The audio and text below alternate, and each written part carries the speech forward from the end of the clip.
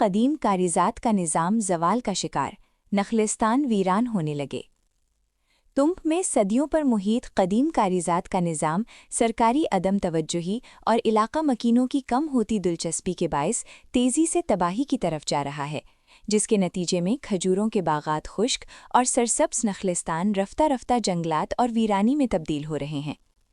سالونکانی، چگوگی سمیت تمب کے کئی قدیم کاریزات مکمل طور پر خشک ہو چکے ہیں، جبکہ تحصیل بھر میں بیشتر کاریزات یا تو بند پڑے ہیں یا بند ہونے کے قریب ہیں۔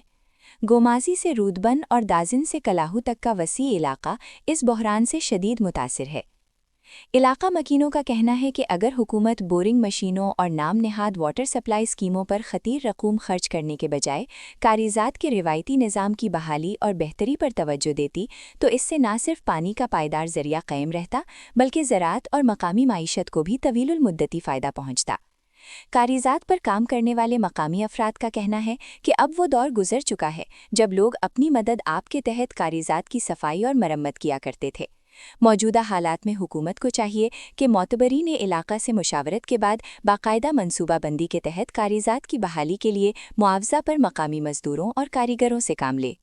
علاقہ مکینوں نے حکومت بلوچستان سے مطالبہ کیا ہے کہ کاریزات جیسے ماحول دوست اور آزمودہ آبی نظام کو بچانے کے لیے فوری عملی اقدامات کیے جائیں، بصورت دیگر تمب کا زرعی اور قدرتی حسن مکمل طور پر ختم ہونے کا خدشہ ہے۔